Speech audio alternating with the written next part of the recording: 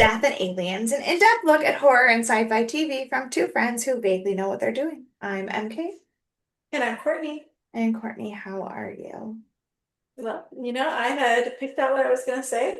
Um, and then I stood up to make coffee and completely forgot. So let's circle back in my brain with what thing I was going to say. I had a whole thing. Oh, it's football season. It is football season, yeah. That's what I came here to say. I'm so excited. We've got quarterbacks galore.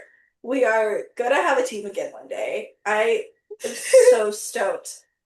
I went How to two. I was like gonna say, I know you went to some training camp stuff. Did you have your first preseason already?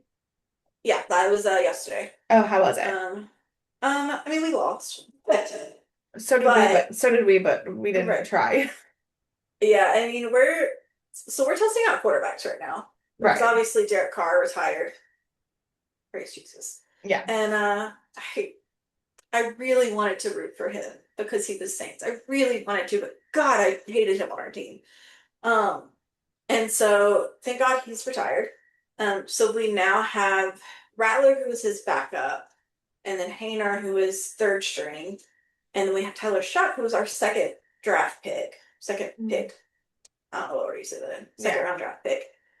And Tyler Shuck made a big quarterback this season. Like, I feel so bad for Rattler because he had a good couple plays last year, and this is his third year on the team. Like, Yeah. so I hate to say like you're the top dog at 3 years, but like Yeah. Chuck, like he did, like he had a yeah. So he did have one one really bad play, and like it was kind of sad because he's a baby when he's Mhm. like graduating Mhm. college, like he's a baby, Yeah. and so as soon as it happened, like and they had the turnover, like his face, Mm. devastation, and I was like, Oh no. we've lost him. He's gonna cry, and he's not gonna be able to handle the pressure.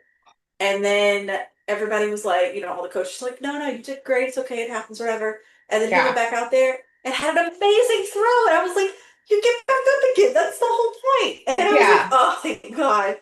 So, he like, Yeah. I think he can hang. I mean, he's a first year in the NFL, so it's not like we're not going for the Super Bowl or anything this year. But I mean, we're coming back. We've got Kamara, we've got Edwards Hilaire, who's doing pretty well. Okay. Olave is doing pretty well. But like, I mean, Jimmy Graham retired, which is a real bummer. Um, one of my OG faves. Mm. Um, but yeah, so we went to a couple of practice. We went to like family day of the practice, which was fun, so hot. It was like that was one of the like 100-degree days, and I was like, I'm going to die.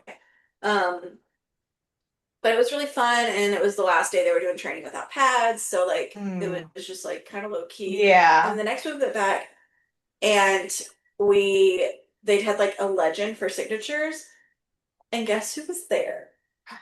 Oh. Garrett Hartley, the kicker who won the Super Bowl for us. And I was so excited. And the number of times we're standing in line waiting for like not line, it's just us there. Yeah. Because we got there really early. We're Yeah. standing there, and while we're waiting on him to like sign our stuff, Nick's like, "This is Garrett Hartley. Do you know Garrett Hartley?" I was like, "I know Garrett Hartley." He's like, "He won the Super Bowl for us." I was like, "I know he won the Super Bowl." Like, and he just kept me like, "This is the greatest kicker we've had." I was like, "I know that. You're saying all the things." And like Garrett Hartley's standing there signing our things. And we're having this conversation. Right. Right. Right. Right. It was really funny, but it was really fun. And so then, like, I watched the game yesterday, and it was Hayner doesn't have a chance at quarterback. Bless his heart. Mm. I wish him well. Like, I don't hate Yeah. him obviously, but like, he's not got what it takes. Mm. Um, I'm hoping that the fact that Shuck is doing so well, like, I mean, he's not doing fantastic, but he's doing Right. so well for where he's at that he's gonna like really kick it into Rattler, and like the two of them are just gonna like go to the Yeah. top. We're gonna have really good quarterbacks. Nice. Um, so I'm really hopeful.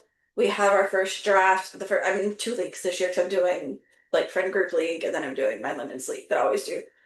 So my first draft is the 23rd, and then my next one's the 31st is the next Saturday. Yeah. I don't think So I think our draft's not till the third.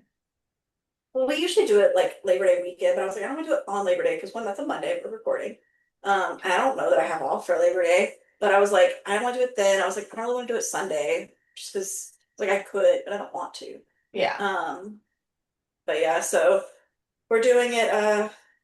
We're doing it Saturday, Okay. which is what I wanted. But I'm like, I'm a little lost at what I'm gonna do. Like, I'm trying to figure out. Like, I was texting you yesterday about it, and I was Yeah. like quarterbacks. I'm not. I don't want to go. Like, I don't want Jalen Hurts. Like, I get it. I get that they won the Super Bowl and he did a good job. I don't want him. I'm not going for Patrick Mahomes. Like, I'm not. That's not who I want. Hmm. Like, I'm split between Josh Allen and Lamar Jackson. But then look, the rest of my team. So many. Like, I've had Well, Justin. that's the Um. thing. I have Lamar Jackson because we have a keeper league. So and I'm Mhm. keeping him because he's the only one on my team worth keeping and he's a first round pick. Sure. But then I literally have done zero research on who I want after that. I'm like just realizing, like, thank God my draft is not for a couple weeks because I have no idea who I want. Well, like Justin Tucker has been my kicker every year I've played. Obviously not this year because he had to go and sexually assault a lot of people. Here we are. Oh, what a Um, douche. and I would have said Harrison Butker, but he's stupid too. I don't like his views. So he's out here saying women don't need to work. They just need to raise kids. I mean, And listen, I understand why that's an aggressive thing to say and it's wrong and we should let women do what they want. But like, would I be mad if I lived in a world where I didn't have to work? Probably not.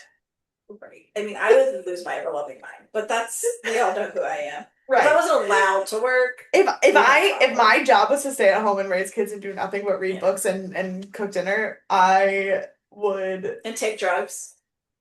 Be on opiates. That's what they did in the 50s. I mean, you gotta do what you gotta That's do. how you. I will understand those. That seems fine. I mean, I don't want kids, but I guess if you give me enough drugs, I might. I don't know. I have taken a lot of drugs, so I don't know how to know what they would do to me. Yeah, but so obviously we're not gonna go right. So draft now him. I don't know who I'm gonna pick as a kicker. I'm just at a loss. I mean, of course, I'm gonna try and get Saquon Barkley, like, but I'm not a bandwagon Saquon Barkley. I've had him ever since he was on the Giants. Every year I've had him on my team. I can't help it this year he decided to blow out of the water. I've Right. had him 3 years in a row. I've dealt with him through his Giants years. I deserve him in his Bulls years. That's how I feel. So, anyways, I have very strong Okay. feelings, obviously, about this football Obviously. season. So, how are you? What's up with your life? I would. I just want to go back to Europe. I don't want to be here. I don't want to do things. I don't want real That's life. fair. Um, I am also really excited about football. Like I said, so Bills had their our first preseason game on Saturday. We did not win. But I was really Josh, bummed I couldn't watch that anywhere. Like, Nick says he has NFL Net, but we couldn't figure it out. oh, I'm so sorry. Josh didn't play a single down. Why Sure. would he? It Sure. was a lot of people auditioning for spots. Our Ours first, was too. Kamara didn't play. yeah, Like, our first string played 15 minutes at most. yeah. There were some nice things happening on the field. Dan and I were excited about some people. Football is gonna be nice. We have a Oh football my God. baby. What? We have a football baby. You He have has so many football outfits. And he has this we at the practice, one of we went with a couple of our other yeah. friends and his kid's uncle was there and he had this book in his bag and I pointed at it. I was like, Nick, take notes. It's like we need to get this for Ezra. And it's this little baby book. And I feel like you need to get it so he can get this like the players to sign this once he starts coming to the stuff with us. Oh, Like, that's so cute. oh, sorry, I got so distracted. It's very cute. Oh, I can't wait to have a football baby. I know, I'm gonna send you pictures of Ezra. Don't worry. Um, I what was I gonna say that about football? I don't know, I'm so sorry. I Oh distracted you. no, I got really excited because I was talking about Europe and then I was talking about football and then I remembered Haley Steinfeld was in Paris at the same time that I was. And Ooh. I didn't see her, but I kept being like, do you think she's gonna be here? And Dan was like, "No." But then one of the days we went to this hotel for lunch. And it was Cafe Jean at the Park Hyatt Vendôme. So like that's like a hella rich Mhm. area of Paris. Like to put it in perspective for people who don't know areas, like so the hotels here to the next building over is the Cartier store, like the original, and like the next block over is the hotel Princess Diana was staying at when she died. So like that's the level of like Bougie. bougie we're staying at. And I go, do you think she'll be here? He goes, this is the only place that I might say maybe. This is the only one you might This is catch her the in. only place that we're going that she could potentially be. Although she's so down home, you really think you're gonna catch her at the bougiest She was there places? for Fashion Week, so yes. Oh, fashion. Okay, well, then Yeah. sure. I Yeah, was yeah. missing some context. Oh, sorry. She was there for Fashion Week, and the only like and the picture that she posted the one time of her at lunch at a like cafe was at the same level of like hotel interior cafe that we were at.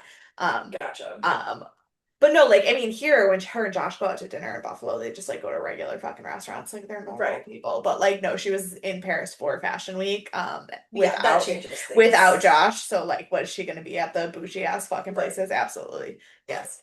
Um Absolutely, yeah. Um, but yeah, no, but that place we went to, like that hotel in that area, was the most expensive meal we had, like including like the three-course meals and shit at Disney and everything. And I had escargot, a glass of wine, and like a chicken Caesar salad, and it was like $100. But I'm so that's why I'm so ready for the cruise because they always have escargot on their like Oh, crabs. And I love escargot. It's oh, so me buttery. Oh, too. Yeah. it's gonna be the death of me. No, I mean like and the one day in Paris, literally for all of our meals, we had ham and cheese. Like, not really, but like, I mean, yes, we had like for breakfast, we had ham and cheese croissant sandwiches, like at this one Yes. cafe. And then we went to lunch, and at the cafe we went to for lunch, we had croque monsieurs, which are just Oh, ham and cheese sandwiches. yes. Yes, And then for dinner that night, we were on a Seine River cruise and we had charcuterie. So we had like ham and cheese. And Dan was like, I'm never amazing. eating ham or cheese ever again. Poor Dan. I love that for you. Oh God. The only French food, we didn't have any soup, like onion soup when we were in France, but it's summer Mm. and it's hot, and that is A, more of a provincial French food than a Parisian French food, and B, nobody eats French onion soup when it's 97 degrees out. And they don't have a ton of AC there, right? No, I mean they have it in some places, but no, it's like Yeah. not a ton. Like our hotel did have AC, thank God, and it was freezing. But Gross. like we also like we walked outside a lot. Yeah. Um, and then I didn't have any creme brulee in Paris. I had creme brulee when we were in London, but I didn't have any in Paris. But like I had escargot, I had croque monsieur, I had champagne, I had charcuterie boards, I had um Bread. of course I had bread, I had croissants, I had baguettes, I had macarons, I had meringues, I had madeleines, I had like all of the desserts, I had crepes, I had everything. I never had creme brulee. It's all right. We can go back and get Kimberly next time. Exactly. But then we were out to dinner in London, and I was like, he was like, we really don't need dessert, and I was like, no, but they do have creme brulee on the menu, and he goes, and I go, I didn't have creme brulee the entire time we were in France. You better fucking let me have creme Also, anytime you're on vacation, you get brulee. dessert. No, It no, doesn't no, matter what you want. no, no, no. We were at a sushi restaurant. We had eaten so much Oh, food. again, context matters. We were at a sushi restaurant. We had eaten so much food, and we were about to go into the theater and see a show. And in London, when you go to the theater, they have ice cream during intermission, like that's Told me made about with this. clotted cream. Yeah. So we were gonna get our clotted cream ice cream, and we had just had a shit ton of sushi. So like he was like, I can't have dessert because I'm like full. And I I'll was like, die. Yeah. and I was like, but the funny thing was, the waitress came over. She was like, "This is the dessert. The creme brulee at this restaurant came with toasted sesame seeds on the top." And she's like, "But I can tell them." You can have it, but I love Right. it so much. She was like, "But I can tell." But she was like, "But it does come without the like. I can order it for you without the sesame seeds if you want that." And I was like, "Actually, you know what? That's what I'm gonna do." And Dan goes, "You would order the one dessert that they have to customize for." God, can you get like a toasted sesame oil or something? Because No, that flavor I is. can get sesame oil. Like I cook with sesame oil Well, when I I just, cook I Asian just feel food. like, will they do a toasted sesame oil? Is that like a thing you can get? Because I that don't know. flavor is like. Something I don't else. know. Like, I still want you to have the toasted sesame. Ugh, well, Ugh. whatever. It is what it is. Well, well, good news. I'm going to get my passport this weekend, Woo finally. woo. So I'll leave the country one day, but I will be allowed to in a couple of Um, months, maybe a couple of weeks. I don't know. They're moving real fast right now. they are doing it really fast right now. Um, can you give me Wait, something? I put my chocolate down. Oh, I want chocolate. I don't have any chocolate. Ugh, Rachel got me these cafe latte chocolates from Aldi when she went one day, That's so and they're nice. like, well, I don't even remember the flavors they are, but it's My Belgian chocolate. my problem is that I had chocolate in Belgium and France, and now I can't eat chocolate anymore because it's Oh, I know. We used to. I had French teachers from Belgium, and hmm they used to bring us chocolate in school. So good. yeah. Um, all right, I've got you. Okay. Perseverance is failing 19 times and succeeding the 20th. Julie Andrews. Ah, we love Julie Andrews, My phone just knows I'm trying to give up in life right now. It's fine. apparently. Well, I'm not gonna give up. I'm gonna give you some information about Stargate Atlantis. Just love, love. Season 1, episode 4. That felt very dramatic. Well, here's the thing. This is where it's gonna get dramatic. Okay. So, if you look at IMDb and the DVD list, technically we're only on episode 3. However, if you look at Amazon, Gateworld, most things that talk about the technical number of episodes, the production code number of episodes, this is episode 4. And I got home from Europe on a Monday. And then that Thursday night, Fantastic Four opened. And I get to the theater. And the first thing that Douglas says to me when we get to the theater was, I'm mad at you. And mind you, I saved this part till now instead of in the what we're talking about This is episode, what you tried to tell me already. just so that he could hear it. But he goes, I'm mad at you. Yeah, And I said, why are you mad at me? What the fuck are you talking about? Like, I just got home. I don't know what you're even talking right. about. And he was like, you split Rising into 2 parts.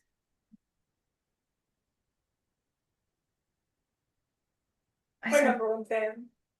Best we done. Doug, are you serious right now? He goes, you know that should only be 1 episode. I said, according to literally no one else.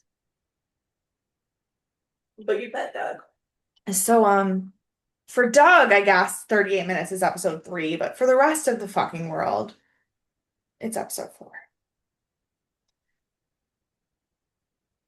And it I was love it. rated 7.6 stars. Doug, it's It, time for you to come back on. You have a podcast, you can argue with them, okay? yeah. While I drink my coffee. It came out on Friday, July 30th, 2004, which means that I have nothing new to share with you about any of the things about the day because we talked about them last week on our SG1 episode. This is gonna be a recurring theme. Okay, I It, forgot. it is going to be a recurring theme until we weirdly get super out of order with the episodes, and then I'll have to like go back and forth because for those of you who only watch Stargate Atlantis and not Stargate SG1, it is the same song, which is Confessions Part 2, The Da Vinci Code, The Village, Harold and Kumar, and Nicolas Cage. Those are the things you need to know about. Aren't you interested? Now you should go back and listen to SG1. Yes, yeah, I have commentary about everything she just said. correct. Um, so this episode's blurb on IMDb less weirdly sexual than the SG1 blurb about Jack's load. But Shepperd gets bitten by a wraith-like bug and is dying. While the puddle jumper returns, it gets stuck in the Stargate. There's 38 minutes to find a solution. Right, and this is not a part two. Was I No, supposed to no, know was Okay. This is I felt like this I was just thrown in. you were 100% just thrown into Okay. an episode. Yeah, yeah, yeah. This episode was directed by Mario Azzopardi, written by Brad Wright. And once again, we do have a new editor. It was edited by Ron Yoshida. He is known for Whistler, Voyage of the Unicorn, and the 4400. Um, Okay. I haven't watched any of 4400 that. is the only one I've heard of. He mostly Same. works on Hallmark movies. He does a lot of editing for Hallmark. Mm. I can't really be sure about any of the online profiles. I did try to look him up, but there is a pastor of a Japanese Presbyterian church named Ron Yoshida who is very, very prolific on social media and the internet, and I am pretty confident they're not the same person, but I'm not 100% sure. There's no Uh, way to know. so may or may not be the pastor of a Japanese Presbyterian church. Um, The guest actor that we're going to talk about today, I really thought we'd already talked about, but then I like Okay. went back in and was looking at things and I don't think we did. I think I mentioned that we would talk about him later and now is the later. And that is Paul McGillion, who The plays, Irish guy. yeah, well, Scottish. Scottish. He's Is Scottish. Scottish? He's Scottish. Is he actually? Yes. I felt like his accent broke a little bit at one point. I was like, is this the same guy? Well, okay, so here's the thing. So Paul McGillion, he's known for Fargo, Firefly Lane, and Star Trek. The story about Star Trek is actually really upsetting because he really, really wanted to play Scotty in the reboot of Star Trek. Which do you know anything about Star Trek? No. Okay. Beat me up, Scotty.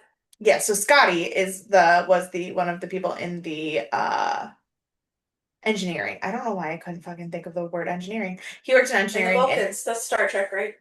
yes, but Scotty's not a Vulcan. Um, but so Scotty is in engineering. He's a scientist on Star Trek, in the original series. The actor who played him was really Scottish, and his son also wanted Paul McGillion. He was talking to everybody trying to get Paul McGillion to play him in the movies. However, that role went to Simon Pegg. I don't agree with that choice. That's fine. Rude. Rude. I don't agree with there. Yeah. Um, but so he is the sixth of seven children, and he was born in Scotland, but he moved to Canada when he was 2, and then he moved back to Hmm. Scotland when he was 13, and then moved back to Canada when he was 18. So he Okay. so he is actually Scottish. He has a natural Scottish accent, but he lived a lot of his life outside of Scotland. So if his accent slips, it's not like a faking a Scottish accent. It's a weird, like, multi-accent issue. Right. Okay. Because I heard it Yes. like in one scene today, and I was like, I really thought that he was actually. Well, I did think he was Irish, but they're very close, um, in accent, Scottish and Irish. I don't think they Um, are, but much closer than other well, like yeah. I'm not going to compare them to anything else, but I mean, it I would could. if you heard a Scottish accent and said, "Oh, is he Australian?" or "Oh, is Right. he And Irish?" if I heard them beside each other, I would be able to tell the Yes. difference. Yes. But like off the cuff, I wasn't sure. Um, but yeah, at one point it sounded a little like flat. Like it didn't really sound like he had an accent at one point. Right. And that is again, that's because of the fact Which that makes it's sense. The yeah. Canadian. Well, and it's also interesting because it's always funny when people are like, "Oh, they must be faking their accent." But like also, have you heard anyone speak in real life?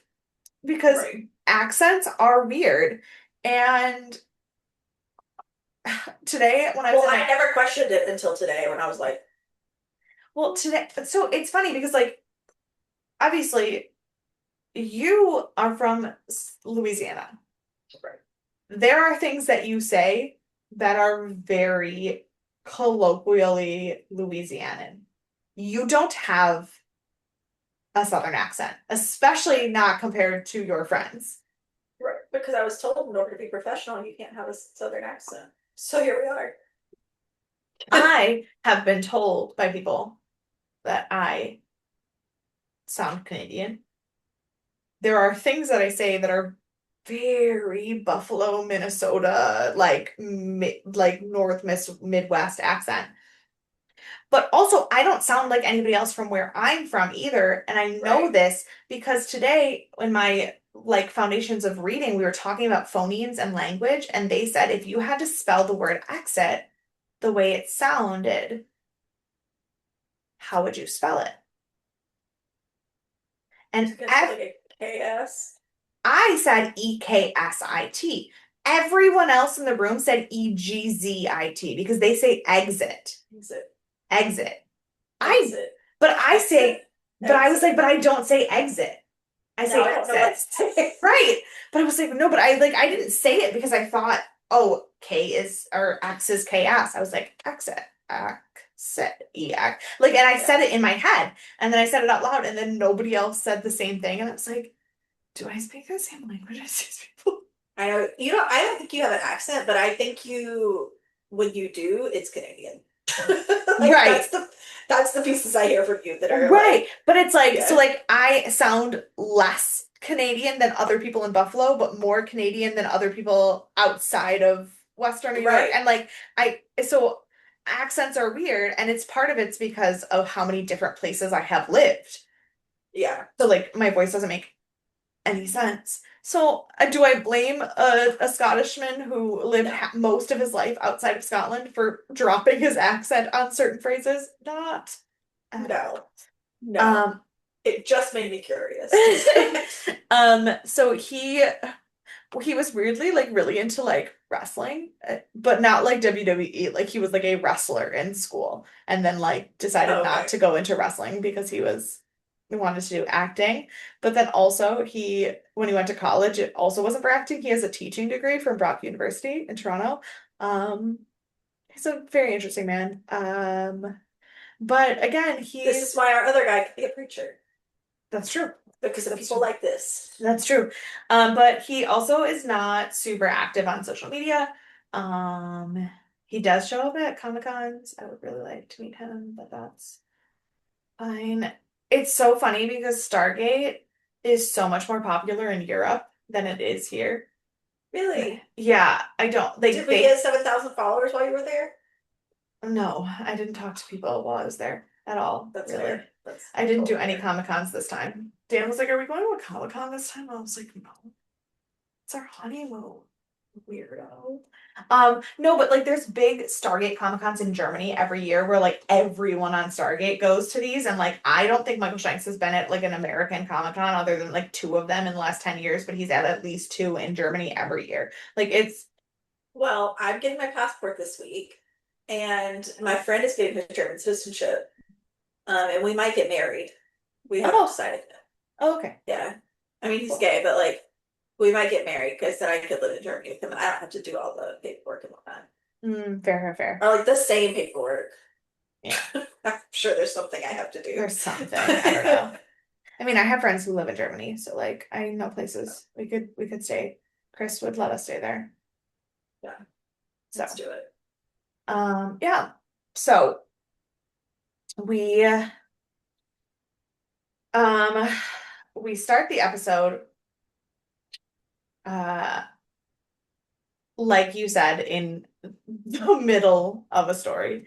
Um and the puddle jumper is trying to fly back to Atlantis through space, but they need to thread the needle of the gate exactly perfectly, blah blah blah, the shape of the gate.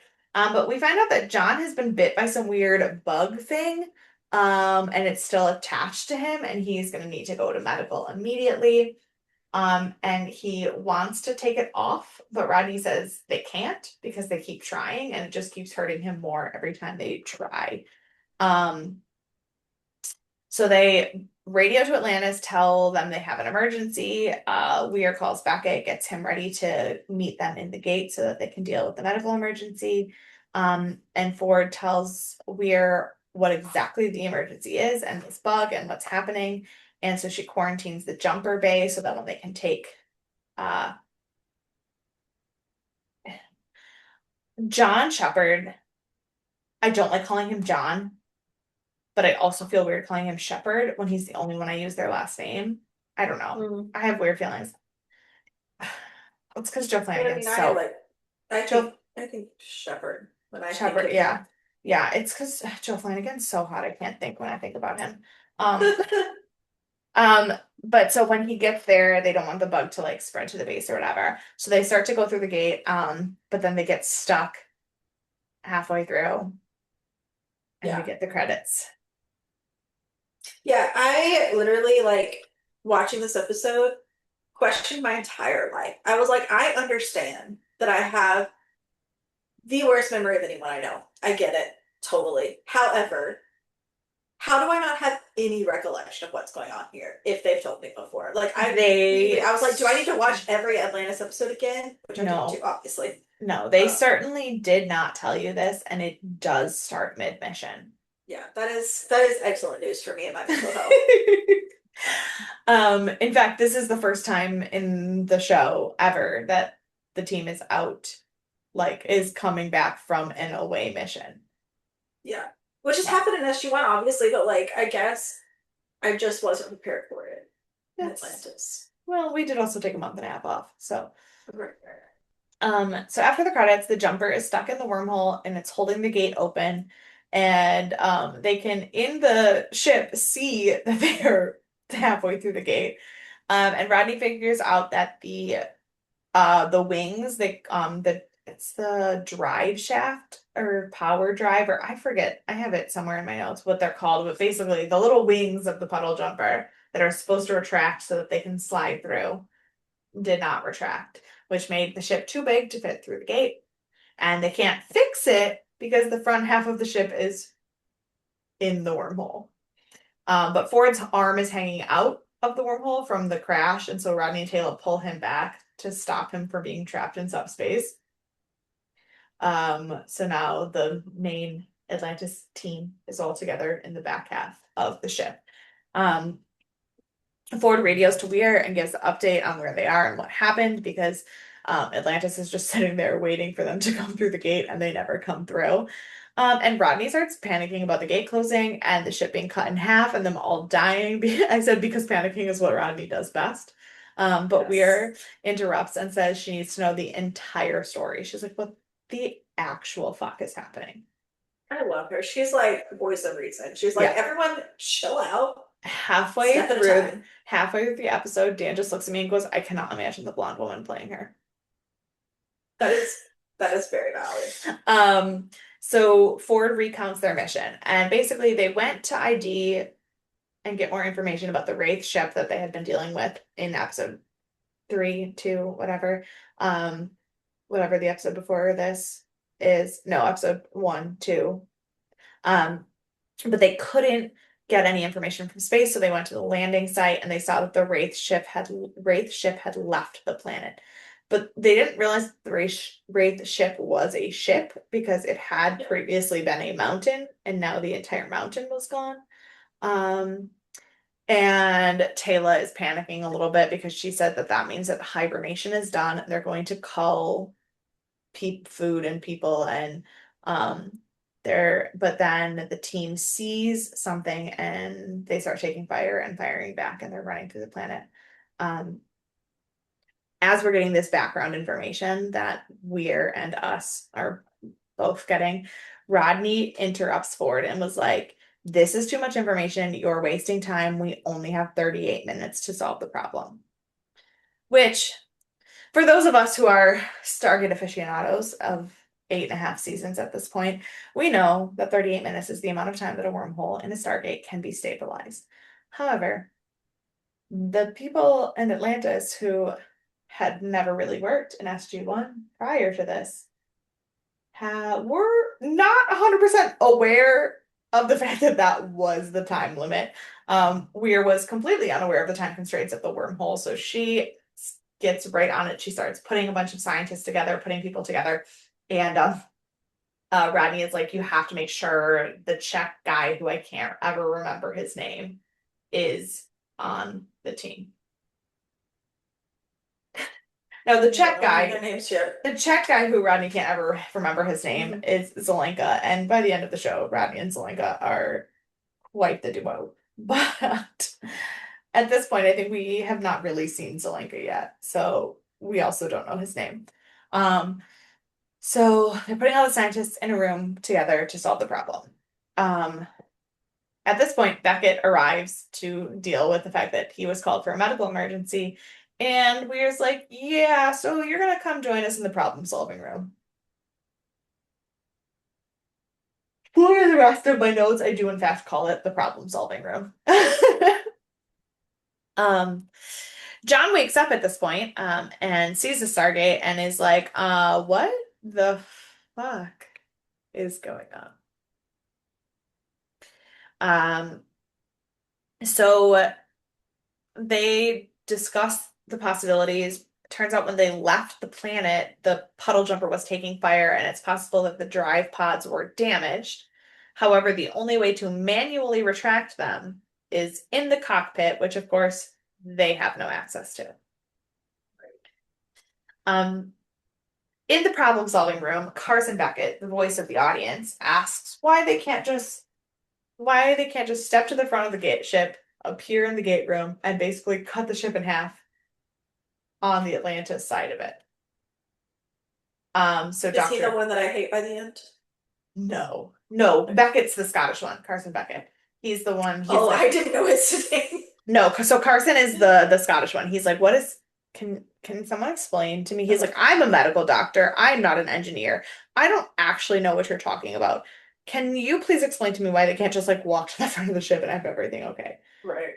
So Dr. Groden, who is the one who is usually at the command center at the front of the base talking to Dr. Weir, he explains that the gate only transports entire things, not pieces. So this is the if you remember, I teased that there was going to become some cool science things.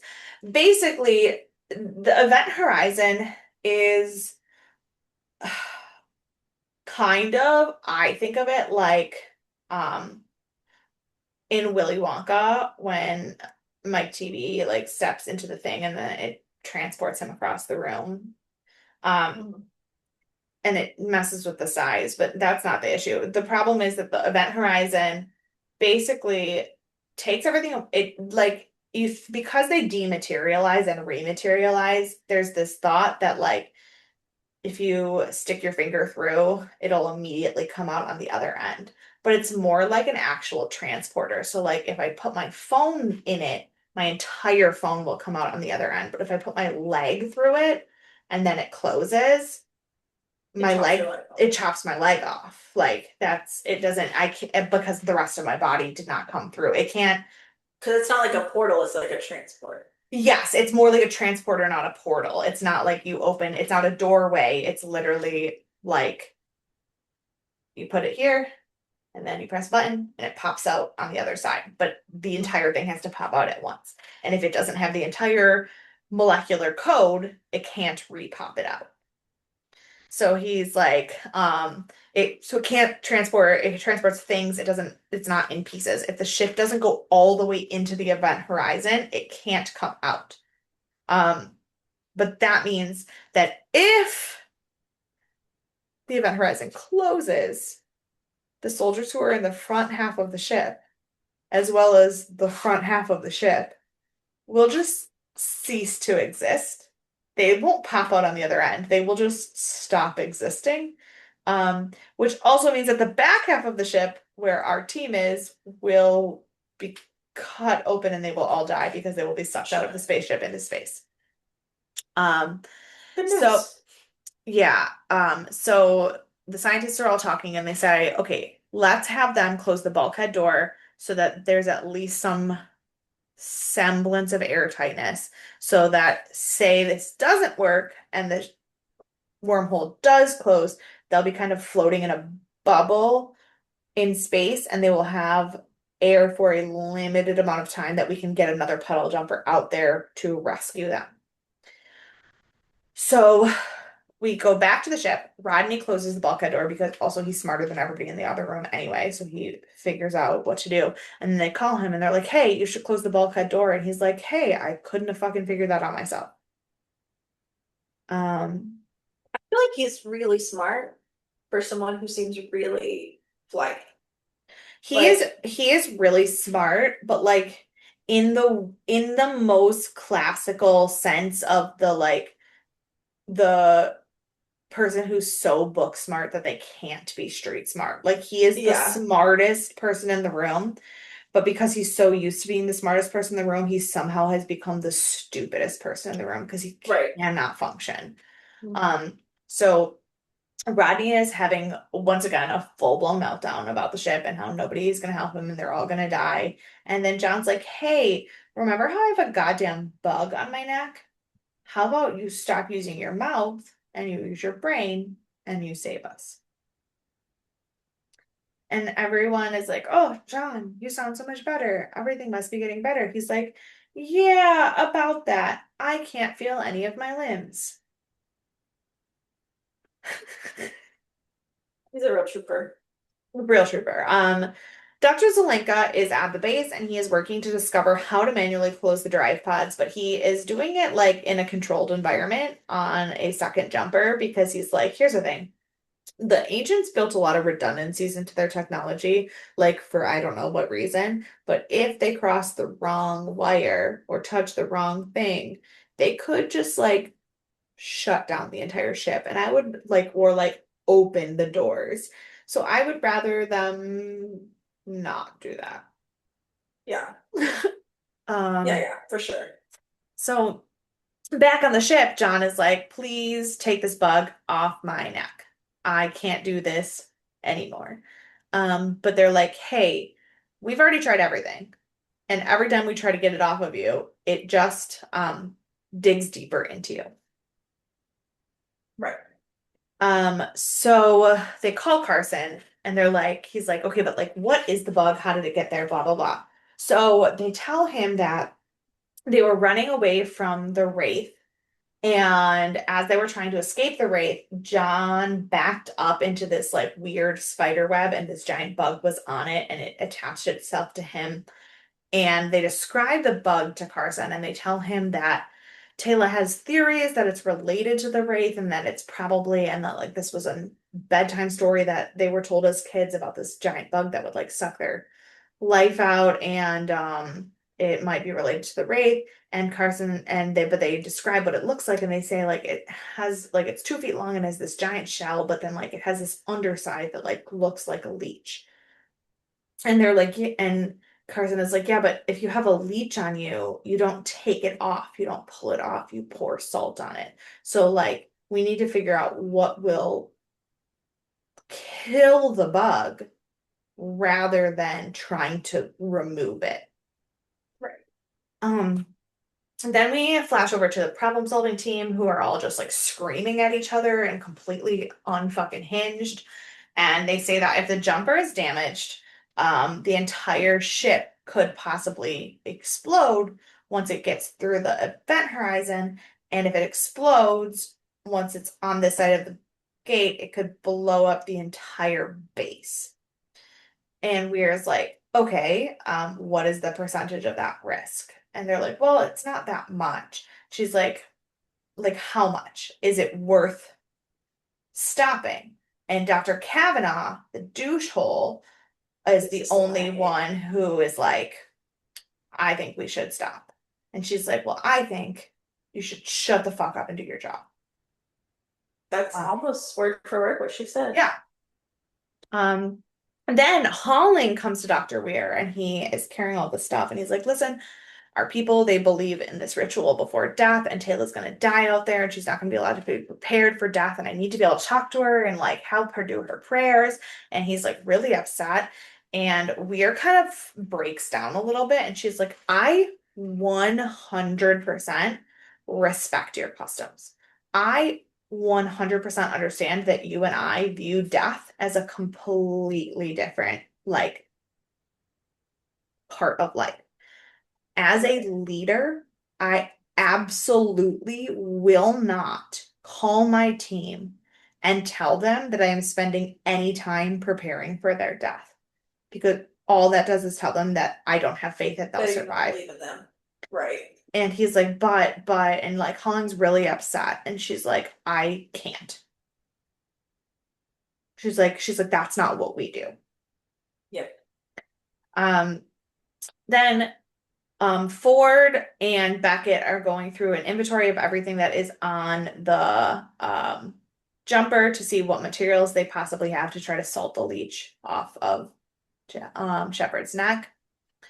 Um, and then because we don't have enough of men acting like fucking idiots, Kavanaugh comes out of problem solving room and starts whining to Weir that he was humiliated by her and that she like shot him down and that he joined Atlantis because he didn't want the military to be running it because he thought when a civilian was running it, science would actually matter more than the military. And she looks at him and says, and I quote, just kidding, I made this up. She says, "You are a worthless little bitch and you will not waste another moment of my fucking time." Yeah. Um, Yeah, that's what I heard. yeah. Uh, Dr. Zelenka discovers the answer to the problem with the uh, computer that is in the bulkhead of the jumper and sends the controls to Rodney so he can figure it out. Rodney lets them know that if somehow he crosses the wire or does something wrong or starts an explosion, he will not have enough time to really let them know. Yeah. And Weir says, "You got to do what you got to do." Ford starts testing different materials to kill the leech. They pour iodine, they pour alcohol, they start going through all the medical stuff. They pour salt on it and it sort of reacts, but so then they add water to the salt and the bug freaks the fuck out. Sucks on John so hard that he starts screaming and accidentally throws like Lieutenant Ford across the entire ship. Ford hits Rodney. Rodney hits the panel. The engine fires for just a second, just enough to push them far enough forward that the event horizon is now on the wrong side of the bulkhead door. And if it closes, they will no longer have an airtight space. But also, have you ever had ice and salt on your hands? Yes. Like, that's what I imagine he's feeling I mean, with the I salt would water. imagine it's a lot more like a kidney stone, childbirth, a gunshot wound in your Mhm. nut sack, like, because he fucking throws that No, dude. I'm talking about the bug. That's what the bug's feeling. Oh, because I Yeah, was, yeah. No, no, no, no, no, no. Not Shepherd. I was like, because I don't think all salt and ice is enough to describe the pain. It must, you must be No. feeling to ricochet a man across a Right. spaceship. Um, Yeah, yeah, yeah, yeah, yeah. Then Ford passive aggressively bullies Rodney into working harder and saving them because that is the only way to communicate with Rodney. Um, Shepperd says that he knows he's gonna die because a wraith saw him with the bug on his neck and left him alone, which means that even the wraith think that Knew he's there not was gonna no hope. survive. And they're like, Yeah. ooh. Um, Carson poses the question of if salt and water made the bug react that badly, what will going through the gate do to the bug? It was real smart. It's like, Um, that could have been bad. so they decide to do what might be the most insane answer ever and use the defibrillator to temporarily stop John's heart long enough to trick the bug into thinking he's dead and letting go. I have to say, I understand that that is extreme. However, it does make the most sense of the options we have. Correct, correct. Like, But it's like I was all we in. jumped from pouring salt on the bug to let's kill him and hope he wakes up again. Well, I think it seems like any other, like salt water is so minor that literally anything else you do to that bug probably would have just stopped John, Ugh. like his heart anyway. So But I will also say thank you very much to this episode because on the Red Cross training I had to do online when it asked me on my pre-assessment where on the body defibrillator pads are supposed to go, I was like, where do they put it on, John? Okay. And so I could identify the defibrillator pads because I was thinking about Joe Flanagan's naked chest. that's so funny. Um, I love that. So they shock him. Oh, my shirt is like coming all the way apart. I am now only have one button buttoned on my shirt. All of my buttons just popped open. I was thinking about Joe Flanagan's naked chest and my shirt just Just came take out your undone. clothes now. Wow. Don't get crazy if Half a you're bottle, listening. yeah, We did not see anything. half a bottle of wine, and now I'm taking my clothes off for uh an old man. Just kidding. He's not that old, but I have since met him and he is significantly older than he was on the show 21 Sure. years ago. And Right. I mean, he still looks good,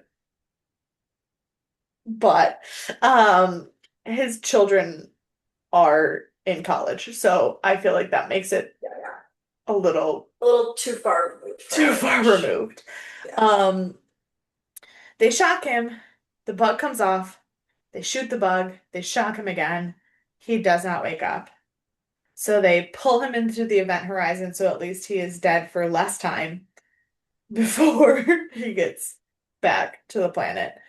And they are now down to 7 minutes to save them. Is this our version of the sarcophagus? This event horizon Yeah, scene? we just throw people in the event horizon to save their lives. Hope for the Uh, best. Rodney manages to pull the engine pods in. They fix that, but they've been stuck for long enough that there is no longer any forward momentum and the ship is not moving.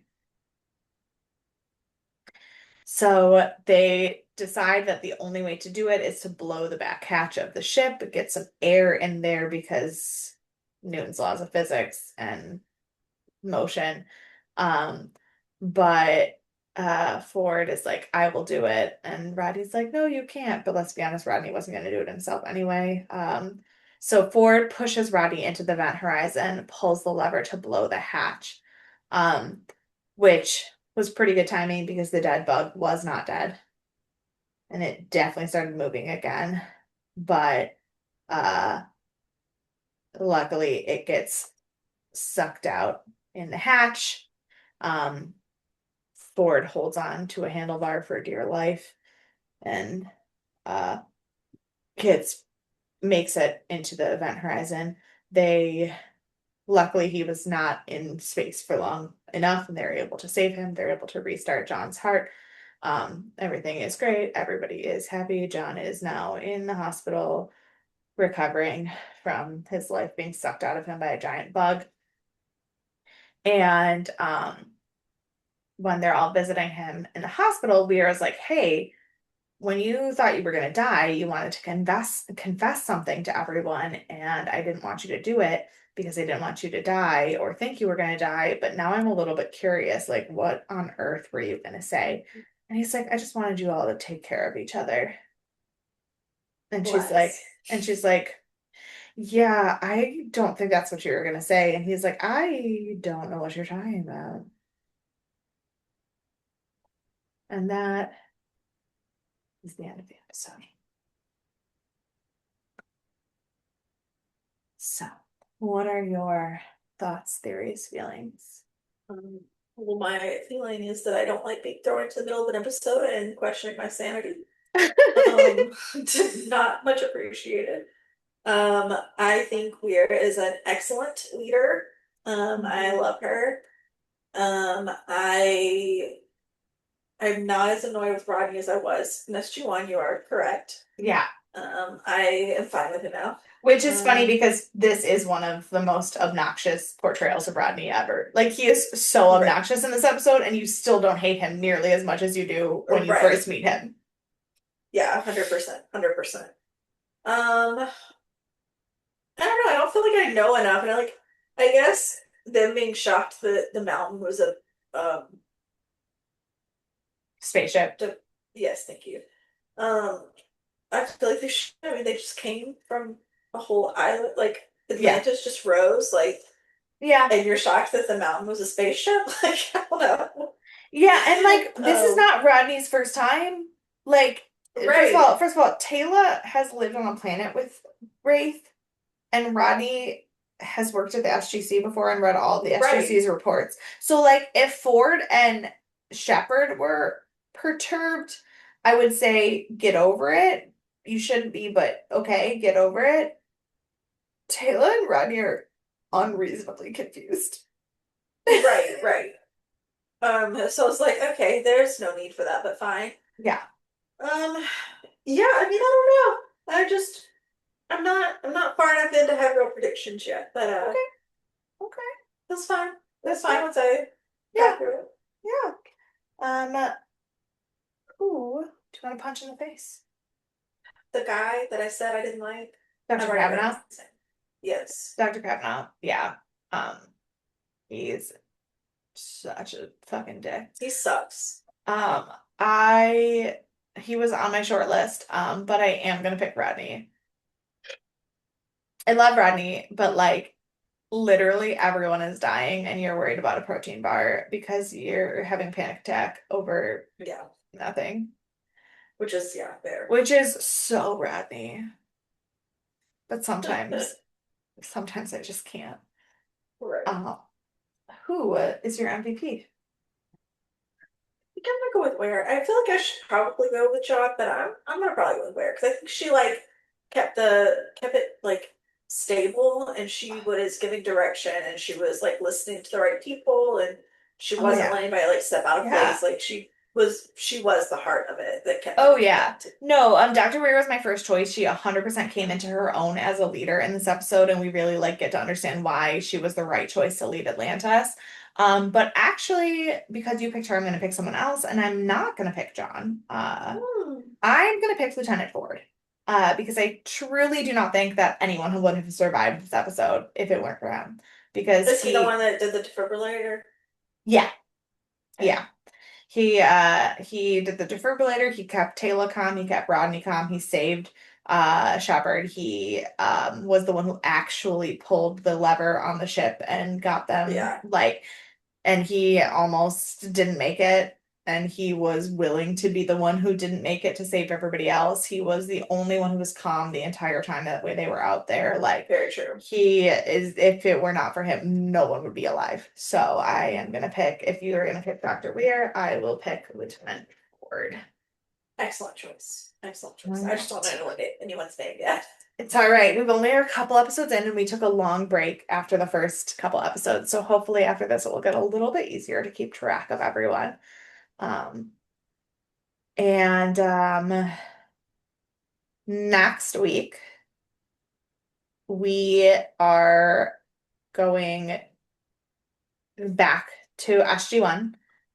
It is for a little bit pretty solidly back forth, back forth, back forth. So it doesn't get complicated quite yet. But so next week we will be watching SG1 season 8, episode 5, which is called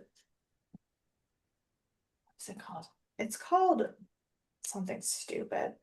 Uh no, it is. It's called something, it's a one-word title and I can't remember what it is. I literally just had it up on my phone. I don't know what I'm talking about.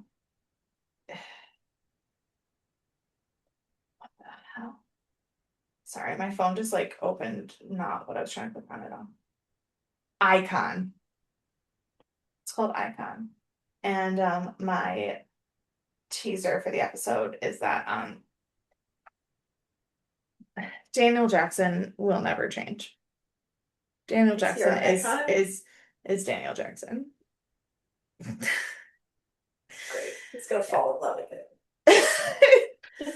Um, yeah, so if you have any questions, thoughts, theories, comments, concerns, if you also accidentally unbutton your shirt when you think about Colonel John Shepperd, please email us at deafandaliens@gmail.com or find us on any of the social media at Death and Aliens. If you do want to talk about anything Stargate, remember to put a spoiler in your email title so that Courtney doesn't read anything. Or just reach out to me personally at EMKAY_superstar. And you can find me at CE Cloud 13. And we will see I'd you like to say. and we will see you on Thursday when we begin our season of American Horror Story Coven. Yay! Bye. Bye.